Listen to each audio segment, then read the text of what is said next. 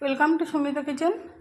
সঙ্গীতা কিচেনে একটু পুরনো দিনের একটা রান্না, খাসির মাংসের রান্না নিয়ে আমি হাজির হয়েছি। দেখুন, এখানে আমি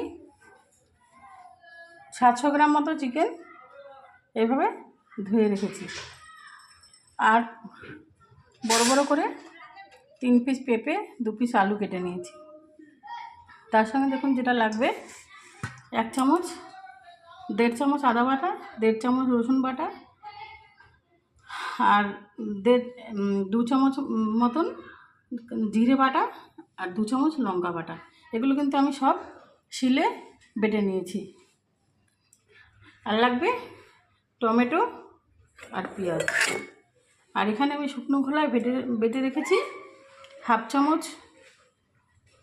ধনে, 1/2 চামচ জিরে ভেজে বেটে রেখেছি, আর 1 চামচ গরম মশলা।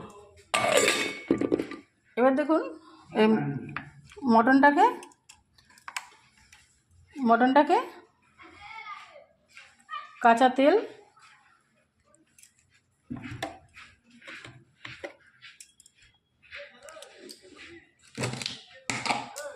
পরিমাণ মতো নুন, টমেটো, পেঁয়াজ,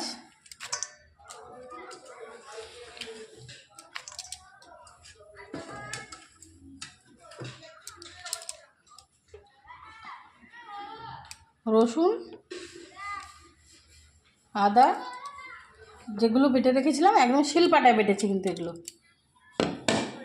আর পরিমাণ মতো হলুদ দিয়ে আমি এটাকে ম্যারিনেট করে আমি আপনাদের সামনে ফিরে আসছি। ম্যারিনেট করে অন্তত 10 থেকে 15 মিনিট রেখে দিতে হবে।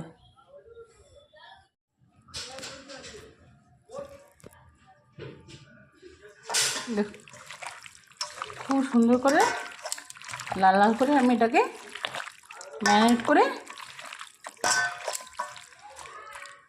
এবারে আমি 10 মিনিট রেখে দেবো।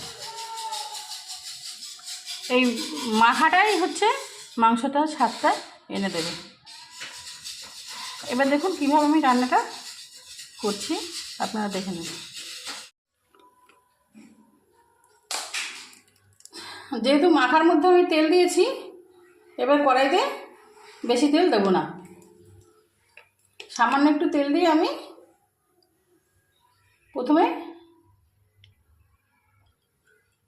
এই ম্যারিনেট করা মটনটাকে এইভাবে দিয়ে দেবো।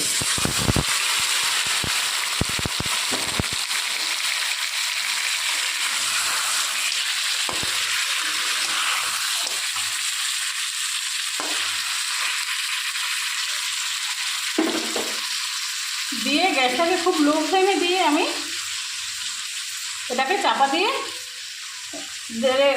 দিয়ে দিয়ে মাংসটাকে আমি কষিয়ে নেব। কষিয়ে নিয়ে বুঝতেই পারবেন আপনার 10-15 মিনিট মাংসটাকে চাপা দিয়ে কষিয়ে নিয়ে তারপরে আমি আপনাদের সামনে ফিরে আসছি।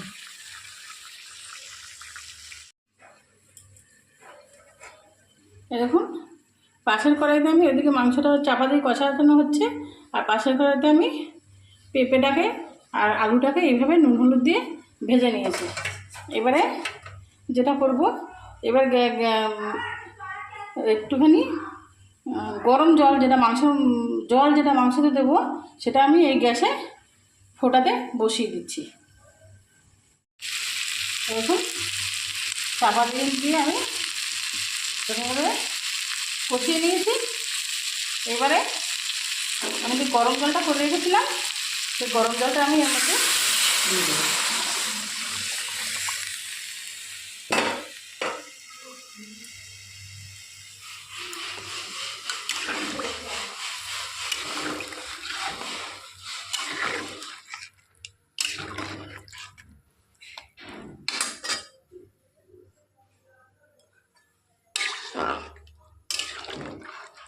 এই মটন রান্না করলে গরম জল দিয়ে দেখবেন মটনটার একটু আলাদাই টেস্ট হয়। এবার আর একটু চাপা দিয়ে রেখে দেবো, দিয়ে ফুটে উঠলে 10 মিনিট পরে আমি আপনাদের সামনে ফিরে আসছি। দেখুন, আমি এটাকে চাপা দিয়ে রেখে দিয়েছিলাম, খুব জোরে জোরে জাল দিয়ে নিয়েছি। এবার দেখুন যেটা করতে হবে সেটা হচ্ছে, দেখুন এই ভেজে রাখা আলু আর পেঁপেগুলো এর মধ্যে আমি দিয়ে দিলাম।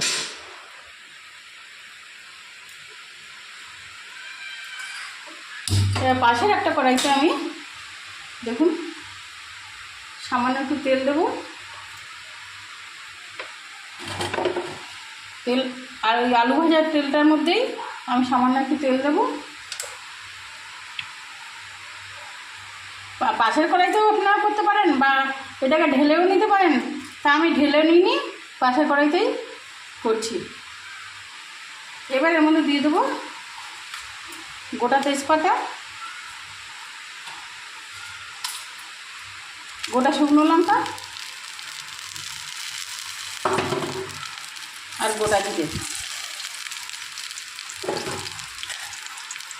এই ফোড়নটা যদি আমরা তো অনেক সময় আমরা একবারে মানে মশলা দিয়ে একবারে মাংসটাকে বসিয়ে দিই আর ফোড়ন দিই না, তবে আমার মা এইভাবে ফোড়ন দেয়, বলে এই মাংসটা খেতে বেশি ভালো লাগে, আর সত্যিই ভালো লাগে।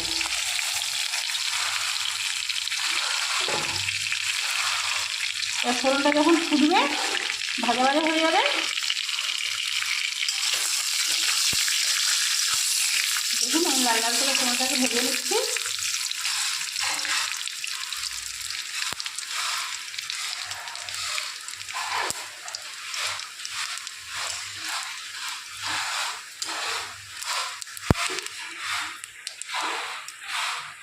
ভেজে নিয়ে এবার এই মাংসটার মধ্যে ফোড়নটাকে আমি দিয়ে দেবো।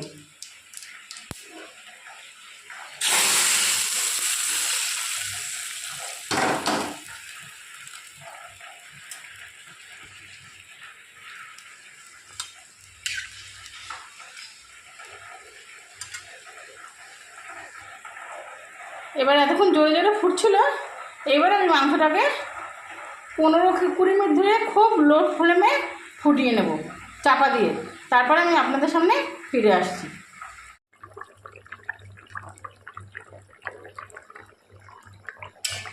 দেখুন ঢেকে আমি 20 মিনিট ধরে খুব লো ফ্লেমে ঝোলটাকে সেদ্ধ করে নিয়েছি, ঝোলটাকে ফুটিয়ে নিয়েছি।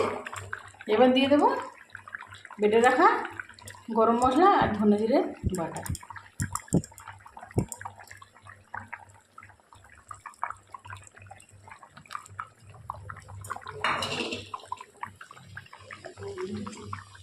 ঠিক এইভাবে আমার মা মটনটা রান্না করে। সেরকম এরকম রেসিপি, নিত্য নতুন রেসিপি পেতে গেলে আমার চ্যানেলটাকে আপনারা ফলো করবেন। এবার গরম মশলাটা দিয়ে আর ধনে আর জিরে বাটাটা দিয়ে আমি আরও 1-2 মিনিট একটু ফুটিয়ে নেব। না ঝোল হয়েছে না মাখা মাখা হয়েছে, এবার আমি গ্যাসটাকে বন্ধ করে দিয়ে নামিয়ে নেব। নামিয়ে নিয়ে আপনাদের সামনে ফিরে আসছি। এই দেখুন আমি একটা পাত্রে নামিয়ে নিয়েছি। এরকমভাবে মটনের ঝোল করে আপনারা একবার খেয়ে দেখবেন, আশা করছি খুবই ভালো লাগবে। ভিডিওটি যদি ভালো লেগে থাকে লাইক, কমেন্ট, শেয়ার, সাবস্ক্রাইব করতে ভুলবেন না। ধন্যবাদ।